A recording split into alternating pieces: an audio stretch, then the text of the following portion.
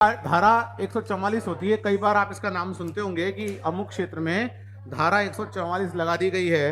अब ये धारा 144 का भी इन दिनों कुछ खबर है, और वो ये है कि जो भारत के पूर्व चीफ जस्टिस ऑफ इंडिया रह चुके हैं यू ललित, उनकी उपस्थिति की एक कमेटी थी, एक रिपोर्ट उन्होंने जारी करी। उस कमेटी ने, उसका कहना था धारा 144 का उपयोग और उसका दुरुपयोग, ठीक है, मतलब इसमें भी दुरुपयोग का मसला है। सूचना के अधिकार पर आधारित 4 वकीलों द्वारा यह रिपोर्ट 1 वर्ष की अवधि में दिल्ली में की धारा 144 का उपयोग कैसे किया जा रहा है, यह रिपोर्ट प्रस्तुत की गई है। ठीक है, दिल्ली पुलिस को पर्टिकुलरली फोकस करके, जिसमें ग्राउंड लेवल असेसमेंट किया जा रहा है कि आर्टिकल धारा 144 जो है उसका उपयोग दिल्ली में कैसा हो रहा है। अब यह भी एक औपनिवेशिक कानून है। औपनिवेशिक का मतलब अंग्रेजों के जमाने का कानून है। इसके अंदर भी व्यवस्था है कि अगर आप 4 से ज्यादा लोग एक जगह इकट्ठे हो जाते हैं तो पुलिस उनको अरेस्ट कर सकती है, ताकि पब्लिक लॉ एंड ऑर्डर को बनाए रखा जा सके। और इसके लिए कौन कर सकता है अनाउंसमेंट? डीएम, जिसको आप कलेक्टर बोलते हैं। डीएम इस प्रकार की घोषणा कर सकता है कि अमुक क्षेत्र के अंदर क्या लग गई है, धारा 144। इसके तहत शक्तियां क्या है कि अगर एक स्थान पर 4 से ज्यादा व्यक्ति इकट्ठे हो गए तो उनको बुक किया जा सकता है। बुक का मतलब अरेस्ट किया जा सकता है। ऐसे व्यक्ति को यह भी किया जा सकता है कि कोई पर्टिकुलर काम करने से उसको दूर, उसको घर पर बैठाया जा सकता है। मान लीजिए कि अगर किसी के बाहर निकलने से शांति भंग होती है तो उसको कहा जा सकता है कि आप घर में रहें। ठीक है ना, घर में रहने का मतलब जैसे इलेक्शन में आप गड़बड़ कर सकते हो तो मतदान वाले दिन आप बाहर नहीं निकल सकते। ठीक है ना, मतदान वाले दिन जो है वो आप बाहर नहीं निकल सकते। उनको बुक किया जा सकता है कि भाई आप बाहर निकले नहीं तो हम आपको अरेस्ट कर लेंगे। ठीक है, क्या हुआ? नजरबंदी का तो मतलब होता है बाहर पुलिस लगा देना, बल्कि उसको कह दिया जाता है भैया बाहर मत निकलना, दिक्कत में आ जाओगे। आगे देखिए, इंटरनेट को ब्लॉक किया जा सकता है। प्रावधान बड़े व्यापक है और इसके अंदर कुछ लोगों का मानना है कि मजिस्ट्रेट को बहुत अनुचित शक्तियां प्रदान कर देता है। अनुचित शक्तियों का मतलब आप किसी व्यक्ति को ये कह सकते हो कि आप घर से बाहर नहीं निकल सकते। ऐसा क्यों भाई? ठीक है, 4 लोग अगर इकट्ठे हो रहे हैं, वो अशांति फैलाएं, तब जाकर आप ये काम करोगे ना। जबकि अशांति फैल सकती है, आपने रोक दिया। प्रशासन का कहना है कि यार ये जरूरी है, अगर ये नहीं हुआ तो अशांति फैलने के बाद तो दंगे कंट्रोल होते हैं, जान माल की जो हानि हो गई उसका क्या किया जाएगा। तो प्रिवेंशन के लिए भी कुछ किया जाना चाहिए कि नहीं किया जाना चाहिए। तो ये धारा 144 का जो है उपयोग है। और दुरुपयोग क्या है? नागरिकों के अनुच्छेद 19 का उल्लंघन हो रहा है कि नहीं हो रहा है ना। नागरिकों के आर्टिकल 19 का वायलेशन हो रहा है कि नहीं हो रहा है, तो उसको रोका जाना चाहिए। तो रिपोर्ट में कहा गया कि वर्ष 2021 में 6100 बार एनसीआर में इसका उपयोग किया गया। करीबन 5400 मामलों के अंदर ऐसे थे जिसके अंदर अननेसेसरी इसका यूज किया गया। इस रिपोर्ट के अंदर कहा गया 6100 में से 5400 मामले ऐसे थे जिसमें इसका उपयोग किए जाने की आवश्यकता नहीं थी। और यह भी था कि कई बार ऐसा हुआ कि 43% मामले ऐसे रहे जिसके अंदर पुलिस आवश्यक वस्तुओं की सप्लाई नहीं करवा सकी। धारा 144 लग जाती है तो आवश्यक वस्तुओं की सप्लाई भी रुक जाती कि नहीं रुक जाती है। तो कानूनी ढांचे के अंदर इस चीज को जो है रिफॉर्म किया जाना जरूरी है, ऐसा इस रिपोर्ट के अंदर कहा गया है। अब उच्चतम न्यायालय के कुछ निर्णय से संबंधित है। पहला निर्णय है बाबूलाल पराठे बनाम महाराष्ट्र सरकार में शीर्ष अदालत ने कानून को रद्द करने से इनकार कर दिया। 1967 में राम मनोहर लोहिया का एक मामला था, उसमें भी अदालत ने कहा कि कोई भी लोकतंत्र अस्तित्व में नहीं रह सकता जहां नागरिकों के एक वर्ग द्वारा स्वतंत्र रूप से कानून व्यवस्था को भंग करने की अनुमति दे दी जाए। मतलब यह हुआ कि 1967 में राम मनोहर लोहिया के केस में सुप्रीम कोर्ट में जब यह मामला गया कि पब्लिक मीटिंग करने की इजाजत क्यों नहीं मिल रही, हमारा डेमोक्रेटिक राइट है, तो उसमें सर्वोच्च न्यायालय का कहना था कि आपका डेमोक्रेटिक राइट है, लेकिन आपका राइट अगर किसी दूसरे के राइट में बाधा उत्पन्न कर रहा है तो कोई भी डेमोक्रेसी में एक वर्ग अगर दूसरे वर्ग की सामने अशांति उत्पन्न करने में सक्षम हो तो फिर वो डेमोक्रेसी नहीं होती। यानी कि इन दोनों निर्णयों में धारा 144 बरकरार रखी गई। मधुलिमय मामला 1970 में गया, उसके तहत भी ये कहा गया कि धारा 144 को हम समाप्त नहीं कर सकते, लेकिन अगर धारा 144 में अगर मिसयूज हो तो फिर उसकी न्यायिक जांच किया करवाई जा सकती है। इस प्रकार अदालत ने यह कहा कि किसी कानून का दुरुपयोग होता है, इसके कारण उसको रद्द कर देना यह कोई आधार नहीं बनता है कि नहीं। कानून अपने आप में असंवैधानिक हो तब समझ में आता है, लेकिन कानून क्या दुरुपयोग हो सकता है, और वो एक संभावित दुरुपयोग होता है, व्यक्ति करते हैं तो व्यक्तियों पर कार्रवाई करेंगे, केस लाना सामने, हम देखेंगे कि इसका दुरुपयोग हुआ है कि नहीं हुआ है। अगर हुआ है तो ठीक है, नहीं हुआ है तो फिर कानून जारी रहेगा। आप एक लाइन को कोट कर सकते हो कि नहीं अपने आंसर्स में कि किसी कानून का दुरुपयोग हो सकता है, इसके लिए कानून रद्द कर देना न्यायपालिका के अनुसार ही उचित नहीं है। बन गई लाइन? कन्हैया बन गया? क्या हुआ? सब ठीक है? कॉन्सेंट्रेशन यहीं पर है? सर मैं भी आते हैं ना आंसर लिखने में, अब तो कंपटीशन भी करने का मन रखता है इंग्लिश मीडियम वालों से आंसर राइटिंग। हाँ ठीक है, गेटिंग माय पॉइंट? क्यों कलाम, बात समझ में आ रही है? ये लाइन क्लियर हुई कि अगर किसी कानून का दुरुपयोग हो सकता है इसलिए कानून को रद्द कर दो, ये कोई आधार नहीं बनता। ये औचित्यपूर्ण नहीं है, आप दुरुपयोग की संभावनाओं को मिनिमाइज कर दो।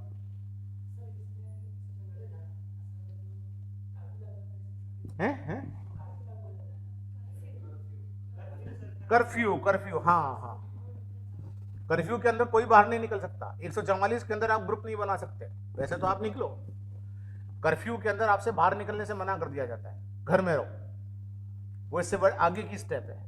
144 का मतलब है कि आप कोई ग्रुप बनाकर पब्लिक मीटिंग कर रहे हो, ये अवैध है, सिंगल पर्सन। और मतलब इवन देखिए व्यवहार में क्या होता है, आप 4 लोग पढ़कर निकले, जाओ अपने काम से काम करो, जब तक आप ग्रुप बनाकर भाषणबाजी और इस तरह की गतिविधि नहीं करते हो आप पर कार्रवाई नहीं होती। लेकिन कार्रवाई की जा सकती है कि पब्लिकली एक 4 से ज्यादा लोग इकट्ठे नहीं हो सकते। मान लो 144 लगी हो तो यहां बैठना अपराध है क्या? 4 से ज्यादा लोग बैठे हो, है ना? उसमें यह देखा जाएगा कि आपने शांति भंग की है क्या। लेकिन अगर मान लो आप 5 लोग क्लास छूटे और बाहर निकले और पुलिस ने धर लिया आपको, तो पुलिस तो कह सकती है 144 का इन्होंने उल्लंघन किया, आओ बड़े घर, है कि नहीं? और यही दुरुपयोग है ना। मान लो कि मैं पुलिस हूं और आपको टारगेट किया हुआ कि आज इसको धरूंगा 144, है कि नहीं? लगी हुई है, आप लोग क्लास बाहर निकले, है कि नहीं? सबसे आगे आप निकले, आपके पीछे पीछे वो निकला चंद्रमणि, फिर ये दोनों बालिकाएं निकल गई, हो गए 4। पुलिस ने टारगेट किया था आपको, आ जाओ तुम ग्रुप बनाकर शांति बिगाड़ रहे हो। उन्होंने कहा शांति कहां से बिगाड़ रहे जी, ये दुरुपयोग है। और दुनिया भर की पुलिस दुरुपयोग करने में महारत रखती है हर कानून के। लिख मत देना आप कहीं है, दुनिया भर की पुलिस दुरुपयोग करने में महारत रखती है। लेकिन हाँ, सबने माना है कि पुलिस पर कंट्रोल करना लोकतंत्र का सबसे बड़ा चैलेंज है, कि पुलिस सही काम करे, जिसका निर्माण का उद्देश्य है कि लोग सही रहे, उसको कंट्रोल करना डेमोक्रेसी का सबसे बड़ा चैलेंज है। बताइए आप मुझे, आपको पुलिस वाले की वर्दी देखकर डर लगता है या सिक्योरिटी फील होती है? नहीं। अगर यहाँ पे 2 पुलिस वाले अंदर एंटर हो जाए ना, तो यहाँ के स्टाफ को, आपको सबको डर लगेगा, अरे पुलिस के साथ। आपको सिक्योरिटी फील नहीं होती ना, आपको ये लगता है यार आपके घर में पुलिस आती है, इसको उन लोगों की रेपुटेशन बढ़ती है क्या? माना वो पुलिस का आना जाना है, समझ गए ना? ये इमेज बनी है, और पूरे वर्ल्ड की पुलिस की, ऐसा नहीं इंडिया की पुलिस की, क्योंकि मिसयूज बहुत होता है। वर्दी का रुतबा दिखाते हैं, बिल्कुल दिखाते हैं। इंडिया में तो इन दिनों ऐसी ऐसी घटनाएं भी हुई है कि एक पुलिस पंजाब से दिल्ली में आदमी को अरेस्ट करने आ गई, क्योंकि उन्होंने किसी व्यक्ति के लिए कुछ कह दिया था, दिल्ली के सीएम साहब के लिए। पुलिस लेके जा रही थी तो बीच में हरियाणा पुलिस ने रोक लिया, कैसे ले जा रहे हो, है कि नहीं? तो अरेस्ट करना का तरीका गलत था, ठीक है ना? वो तरीका गलत क्यों था? ये तो दुरुपयोग है ना, सिंपल सा। आगे की राह यह है कि सर्वोच्च न्यायालय, देखिए दोनों टॉपिक आपस में जुड़े हुए हैं, किसी कानून का दुरुपयोग। तो आगे की राय यह है कि किसी भी कानून को इस आधार पर हटा देना चाहिए कि उसका दुरुपयोग होता है, बल्कि दुरुपयोग की संभावना को मिनिमाइज किया जाना चाहिए, खत्म करने की बजाय।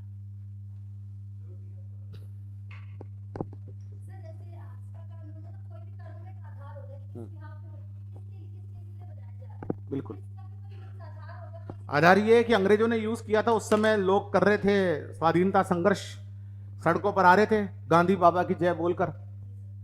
अंग्रेजों को लगने लगा कि गांधी बाबा की जय ज्यादा बुलवा ली तो हमारी पराजय हो जाएगी, इसलिए भारत सरकार ने माना है कि चलो। लेकिन आज अगर कोई सड़क पर आकर कहता है पाकिस्तान जिंदाबाद, या अगर आज कोई सड़क पर आकर उग्रवादियों का सपोर्ट कर रहा है, या अगर इतनी बड़ी बात नहीं भी कर रहा, तो भी कम्युनल वायलेंस फैला सकते हैं। कम्युनल वायलेंस का मतलब होता है हिंदू, मुसलमान, सिख, ईसाई, जैन, इन धार्मिक आधार पर दंगे। तो अगर आप सड़क पर इकट्ठे ही नहीं हो सकते तो उकसाने की कार्यवाही कैसे करोगे? आजकल हो गया ना मोबाइल, जब तो कहा जा रहा है कि आजकल उकसाने के लिए इकट्ठा होने की जरूरत ही नहीं है। आजकल उकसाने के लिए केवल आपको व्हाट्सएप भेजने की जरूरत है, और इस धारा के अंदर यह प्रावधान भी कि इंटरनेट बंद कर दो।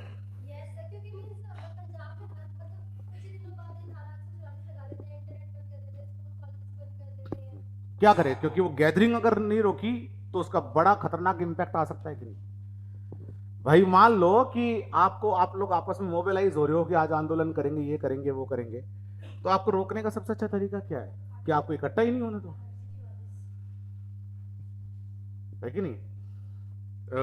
एक प्राइवेट स्कूल है, उस प्राइवेट स्कूलों की एक खासियत होती है कि वो लोग बड़े सख्त नियम बनाते हैं अपने स्टाफ के लिए, टीचर स्टूडेंट के लिए नहीं, टीचर्स के लिए। स्टूडेंट को तो वो कस्टमर मानते हैं। वर्तमान की जो प्राइवेट स्कूल है, टीचर्स वगैरह के लिए चेयर वेयर भी नहीं होती ऐसी बैठने की। एक जैसे एक प्राइवेट स्कूल में मेरी एक रिलेटिव जॉब कर रही है, तो वो कहते हैं जी ऐसी चेयर वेयर नहीं होती है ना। और कुछ चीज़ें उन्होंने बड़ी इंटरेस्टिंग बताई जो बड़ी रोचक है। उनको कहा जाता है कि इंटरवल में अपना खाना आप जिस क्लास में हो उसी में खा लेना। मतलब जैसे मेरा बैग है, यहाँ क्लास में इंटरवल हो गया 10 साढ़े 10 बजे, तो अगर आपको खाना खाना हो तो यहाँ बच्चों के साथ बैठ के खा लेना। मतलब आपसे ये you are not suppose to कि आप बाहर जाओ और 4-5 मैडम टीचर्स बैठकर आपस में खाना खाए स्टाफ रूम में। तो ये तो बड़ी अजीब बात नहीं है। वो इसलिए है कि यदि मिलेंगे तो फिर हमारी बुराइयां करेंगे, और फिर हमारी बुराइयां करेंगे तो साजिश करेंगे, तो इनको मिलने ही मत दो। अब आप कहोगे जी ये कोई बात हुई आज नहीं है, कैसे नहीं मिलने देंगे।